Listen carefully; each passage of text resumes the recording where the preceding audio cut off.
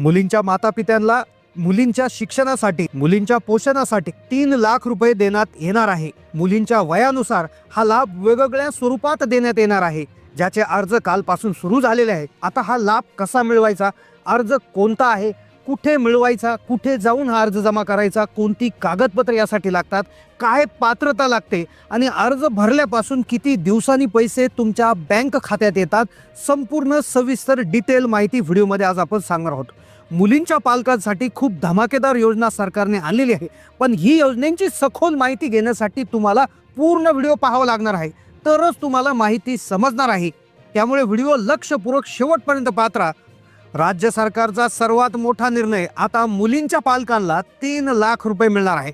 एक मुलगी असो, 2 मुलगे असो, 3 मुलगे असो, हा लाभ आता मिळणार आहे। यामध्ये मुलगी जन्माला आल्यापासून 18 वर्षापर्यंतच्या मुलीच्या वयानुसार वेगवेगळ्या स्वरूपात हा